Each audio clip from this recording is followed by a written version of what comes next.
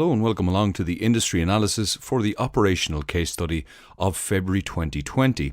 Here we're going to be looking at the real-world pencil industry and focusing on some of the key facts and figures, some of the trends from recent years, some of the likely upcoming trends in the coming years, and also we're going to look at some real-world companies as well. Before we get into the industry analysis, I just want to address a question which is often raised by CIMA students, which is, why are we doing an industry analysis at all? After all, you are presented with some relevant industry details in the pre-seen document itself, and some students wonder why and whether it's necessary to go beyond what's presented in the pre-seen document. Well, let me just say right from the outset, first of all, that you're certainly not expected to be an industry expert by any stretch of the imagination. However, I do think there are important reasons why you should consider doing a deeper dive on the industry apart from what you're just given in the pre-seen document. Understanding the wider business environment and industrial context has two key potential benefits on exam day, and those are as follows. Firstly, it helps you to anticipate some of the potential issues that might arise in the unseen scenarios on exam day and thereby avoid any nasty surprises or confusion. You will be more well versed in some of the concepts and ideas that are typical or characteristic of this industry. It also makes it easier to illustrate and apply your abstract theoretical knowledge, what you've picked up in your objective studies, by using concrete examples and specifics. Examiners always like to see you apply that knowledge that you've learned from your theory, show that you can use it in real-world scenarios. And of course, the more familiar you are with the real-world scenarios, then the easier it is for you to apply the theory in turn. For so those reasons, I think it's a good idea to do a slightly broader look at the industry than simply what you're presented with in the pre-seen document.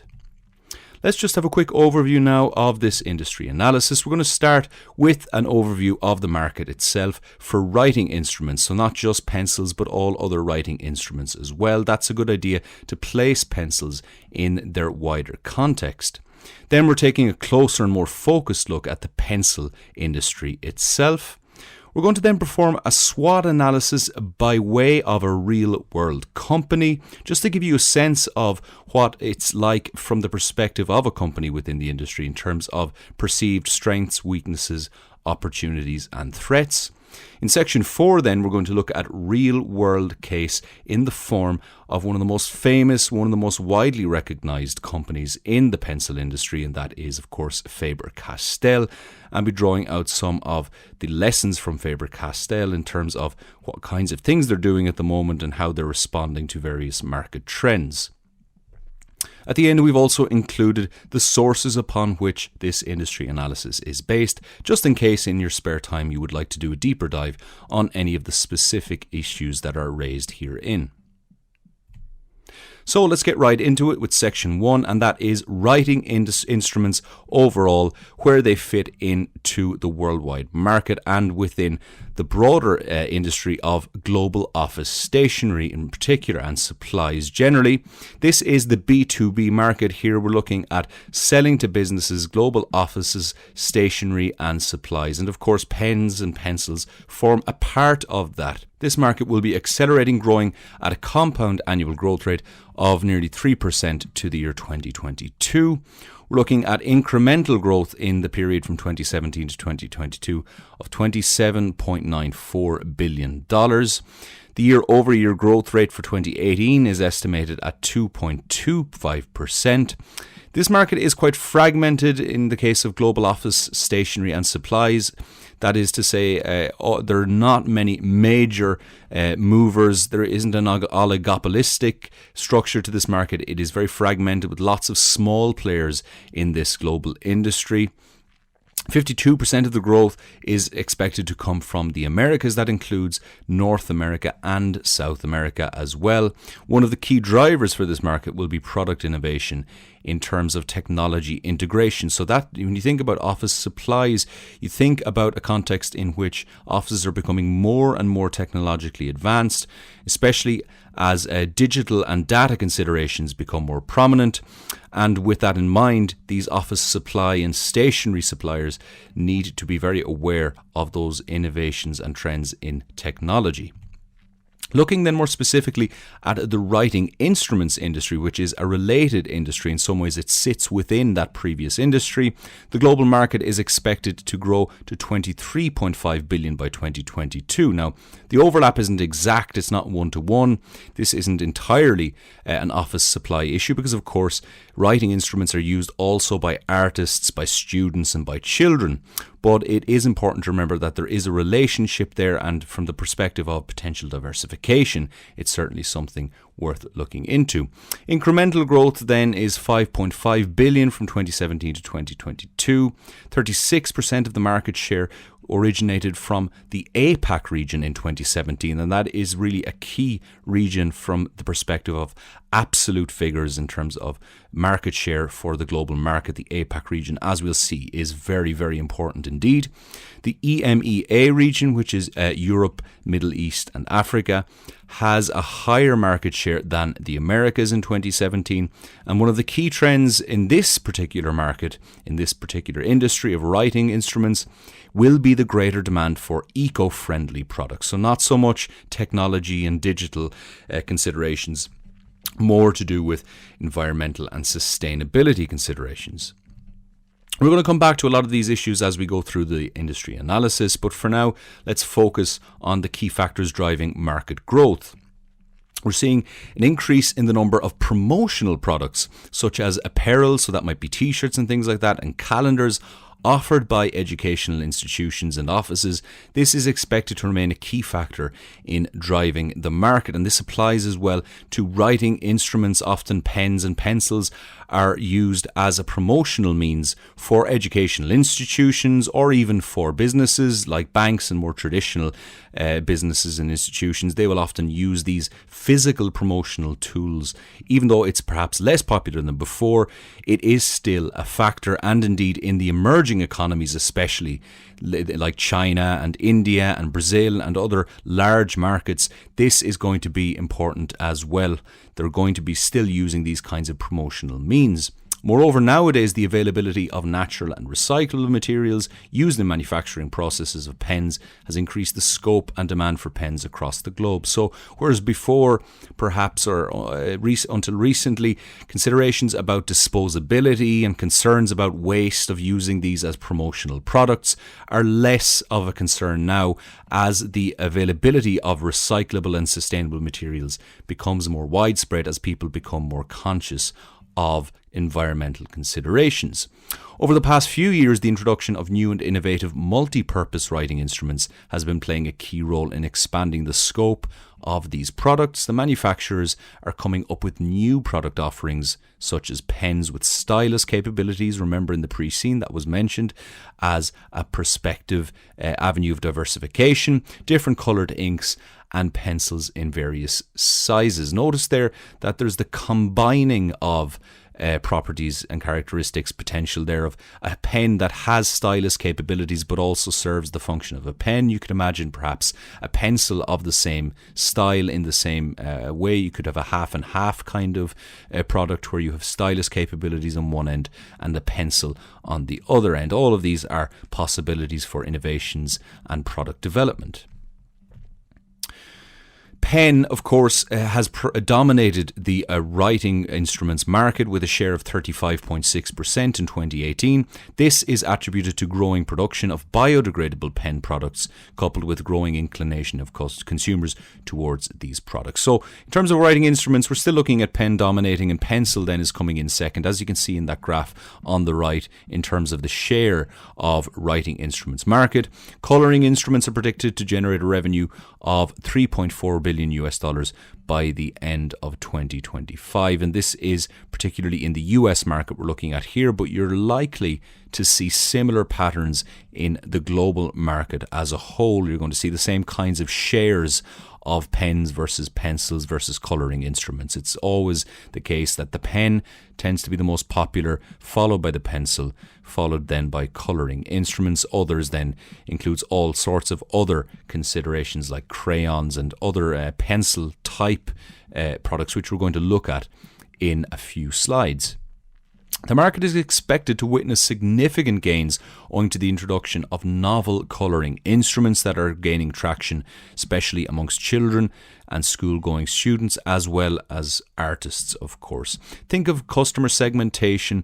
This is an important consideration in this industry because you have pencils and different types of pencils and writing instruments appealing to a wide range of different kinds of consumers. You have children below school-going age, you've then school-going students, then you have, of course, high school and college students, and you've artists, and of course then you've office workers, and these can all be segmented and are likely to have different needs, different psychographic features, and so on. So something to consider there, especially from the perspective of product development.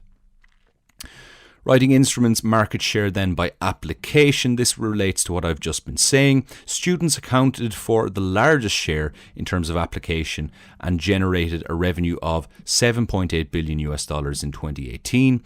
This growth is attributed to the rise in awareness regarding the importance of education across the globe, especially in those developing nations, government initiatives and policies to encourage more students, especially women, in underdeveloped or developing countries, including India, China, and Brazil. So this is really driving a huge amount of the growth in demand for writing instruments globally. Let's look at some regional insights now. We're breaking it down by geographic region, starting with Asia Pacific, which is perhaps the most important market in absolute terms, accounting for 31.6% share of the overall revenue on account, as I mentioned, of increasing awareness regarding the importance of education, along with expansion of the corporate sector, especially in China, Japan, South Korea, and India. Furthermore, growing middle-class populations in developing countries, including China and India, is opening new opportunities for manufacturers to expand their business in these regions.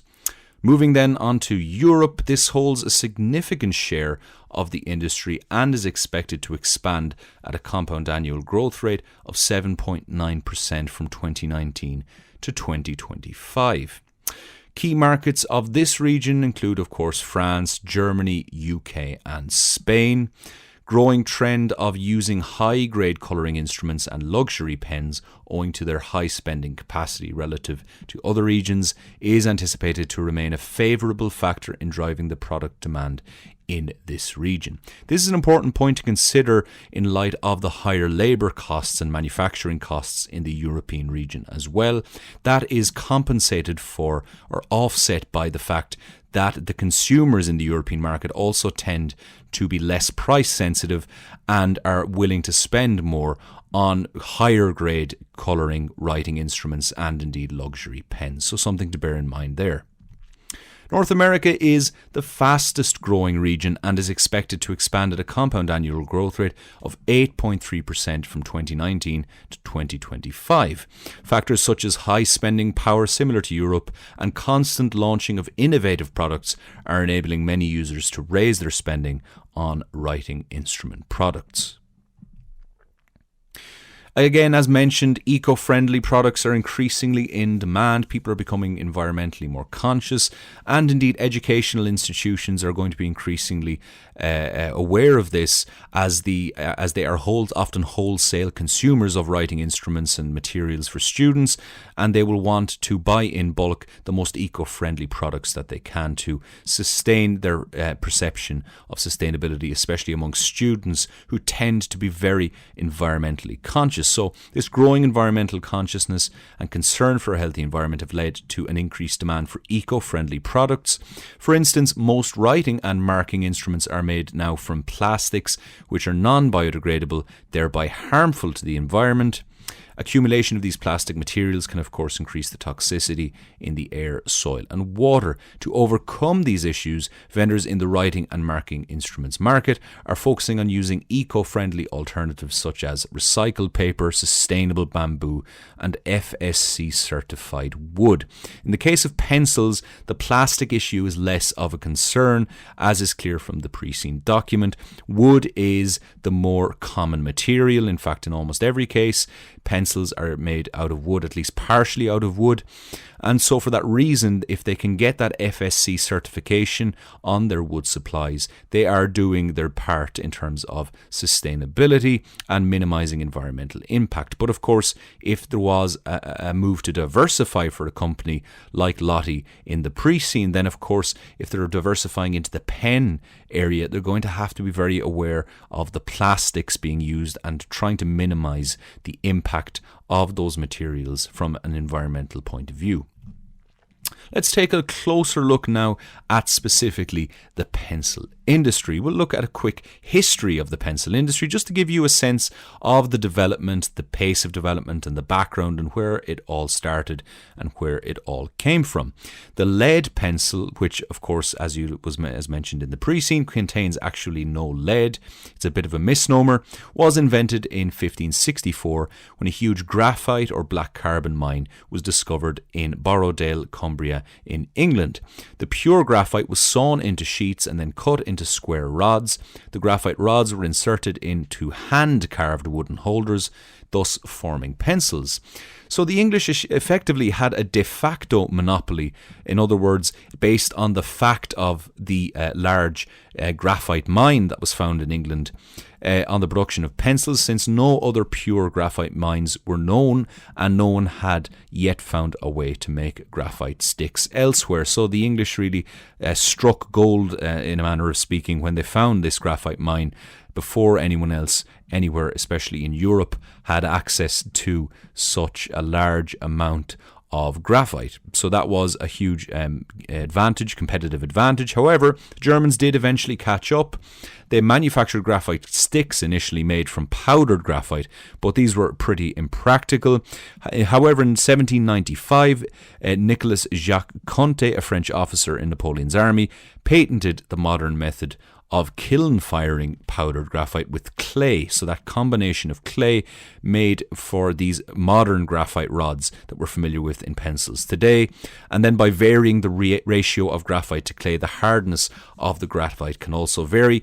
And then that, of course, has an influence on how dark or how light the pencil is when it draws on the page. Now, it's actually quite surprising just how many different kinds of pencils there are within this market. You may well be familiar with some of the ones that we look at here, but I would not be surprised if the vast majority of these you had either forgotten about or were not aware of as types of pencils. And most of these, bear in mind, are not actually mentioned in the case of the pre-seen company of Lottie. So from the perspective of product development, these types of pencils are certainly something worth bearing in mind. First, of course, we have the standard graphite pencils, which are mentioned in the pre-scene, standard everyday pencils with a core of clay and graphite and a casing of wood. Next, we have what are called solid graphite pencils or woodless pencils, similar to standard graphite pencils but without any wood casing. They are used for drawing and allow for covering a large area on the page or on the drawing surface, and also have many, many levels of darkness. Then we have charcoal pencils. These pencils shaped like sticks and made of charcoal and used primarily in art or artistic contexts. They are black and darker than graphite pencils, but there are also sepia toned and white variations as well. So primarily focused on the artist target market. Then we've, of course, the watercolour pencils, also mentioned in the pre-scene. A subtype of coloured pencil, they're made of a material whose mark can be dissolved in water. Then we have what are called grease pencils, another type of pencil that is not mentioned in the pre-scene, made of wax core and most often with paper casing. Some rarer grease pencils have a wooden casing. They can write on almost every surface and it rarely scratches the surface it is used on. Then we have coloured, sometimes they're called coloured pencils, but more commonly referred to as crayons, pencils with wax-based cores that have pigments mixed in with them with additives and binding agents, again primarily aimed at young children and young students. Then we have what are called carbon pencils, pencils made of a mixture of clay and lamp black, a black pigment. Their darkness changes with mixing with charcoal or graphite. They're still darker than pencils, but tend to be smoother than charcoal pencils that we mentioned earlier. We have what are called copying pencils. These are pencils whose core has dye that can write as a normal pencil, but when water is added to the mark that is left on the paper, it dissolves and can be copied then to the other paper by pressing. Carpenter's pencils, these are unusual little pencils made of strong graphite and in an oval-shaped body. They're designed to be very durable because, of course, when a carpenter is measuring and so on, they're likely to be using a lot of force. They're going to be throwing their pencil around. There's a risk that it's going to be colliding with different materials and different tools and so on. So, of course, they're going to have to be durable. They're designed not to break easily, so that is the idea behind the carpenter's pencils. Then we have what are called pop-a-point pencils. You may remember these from your childhood. Pencils that have many short pencil tips housed in a cartridge-style plastic holder. So a bit of a departure here in terms of materials. We're looking primarily at plastics. They're not sharpened, but when one piece is dull, it is removed from the front and pushed then back into the rear of the pencil, pushing all the other pieces within, and the new sharp one appears then at the front. A little bit gimmicky, but they're more popular. It tends to be amongst children again and young students. Then we have mechanical pencils, again, often made from plastics, pencils which use mechanics to push lead through a hole at the end. So not dissimilar to the pop-a-point pencils, but in this case there's just a single stick of graphite moving through the center of the pencil. They use special leads that have a precise diameter and can be of different darknesses like standard graphite pencils.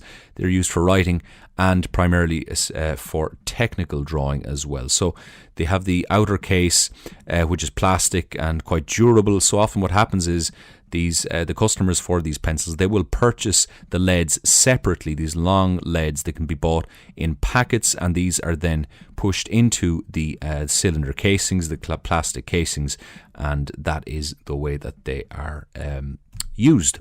Then we have erasable colour pencils. Like their name says, colour pencils that can be erased. Unlike, for example, wax-based colour pencils or crayons, they're used for sketching and in animation. These are more attractive, especially then to the older animators and professional artists, perhaps, who specialise in using coloured pencils, or maybe for their sketches and drafts, for example, and they might need that function of being able to remove or erase what they have put to paper. So unlike the standard watercolour pencils, these are more maybe geared towards professional artists and indeed young children who are working in art classes, for example. Then we have what's called a non-photo blue pencil. This one was totally new to me, I have to admit. This is a pencil that cannot be copied by photocopying machines, so it's hard to think of a huge demand for a pencil like this, and you might be wondering, is this for secret agents or spies or something like that? Who knows what these uses, what it's used for, but it is one that exists, and there is a very residual or marginal demand for so-called non-photo blue pencils. Stenographer's pencils then, very reliable, very steady pencils with a lead that is virtually break proof. So these again are fairly uncommon, not in huge demand, but again it remains something that some people do indeed need. And then finally we have the golf pencil. You'll be familiar with this, no doubt. The short standard pencil. So it's in every other way it's the same materials that would go into the standard graphite pencil, but they're much shorter, often used for marking the scorecard in golf.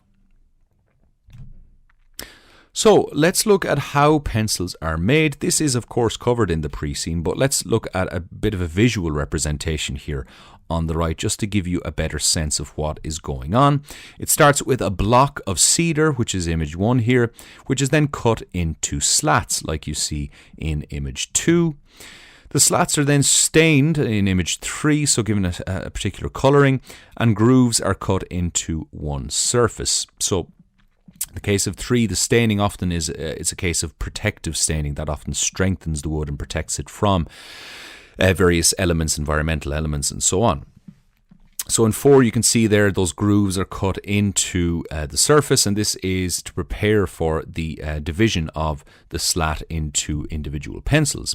Prepared leads then are placed into these grooves, as you can see in image 5, and a second slat is placed on top and bonded with the first. So it's essentially like a sandwich. This pencil sandwich is then passed through a milling process, number 7 there, where it's cut into individual pencils, separate them out, and then finally there's the finishing. The pencil is painted and finished in images 9 and 10 there. And in some cases, not in all cases, and in the pre-scene, there is no mention of rubbers or erasers being placed on the end of the pencils. So in this case, this is just an example of what could happen. A ferrule, it's the name of this little piece of metal, is crimped onto the end of the pencil, and then finally an eraser is crimped into the ferrule, but that's just an optional attachment. So what exactly then are pencils made of? Well, you probably know most of what pencils are made of, but it's worth going through this again in some detail just to make sure we're entirely clear of what's going on. So graphite, obviously the most important element within the pencil, a grey to black opaque mineral that is soft enough to leave a black mark. Graphite is used to make the writing cores, of course, of pencils. Wood, soft woods. Now, softwoods come in a variety. It's not just cedar, although this is the one mentioned in the pre-scene. Softwoods are primarily coniferous trees such as pines or spruces. Cedar wood is most commonly used in pencil production.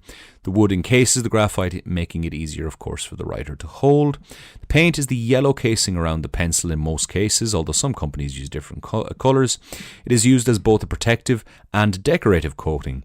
Non-toxic paint is usually used in pencil production. Remember, of course, in the pre-scene this was mentioned as well, because so many people put pencils in their mouth, so it's important that that paint is non-toxic. Also important that it's not contaminated in the production process by other environmental agents, something to bear in mind when it comes to quality control. Rubber is used to make the eraser of the pencil. Again, not all companies do this, not all pencil manufacturers do this, but some do. It's derived from certain tropical plants and is an elastic substance. And then finally, aluminium is often used for these metal ferrules at the end of the pencil that is attached to the end and holds the eraser in place. It is a lightweight metal and its compounds are very abundant on Earth. So aluminium is fairly easy to source compared to some other metals. Most pencil cores are made of graphite powder mixed with a clay binder. Graphite pencils produce grey or black marks, as we saw, but otherwise resistant to moisture, most chemicals, ultraviolet radiation, and natural aging. So while they can be erased once they're down and a rubber isn't used, they're quite resilient, these marks that are made by pencils. Other types of pencil cores, such as those of charcoal, are mainly used for drawing, sketching, and artistic purposes. Coloured pencils are sometimes used by teachers or editors to correct submitted text, for example, but are typically regarded as art supplies and indeed geared towards students and children, especially those with waxy core binders that tend to smear when erasers are applied to them. Grease pencils have a softer crayon-like waxy core that can leave marks on smooth surfaces such as glass or porcelain. So that's a much more specialised use and specialised demand than for grease pencils, for example.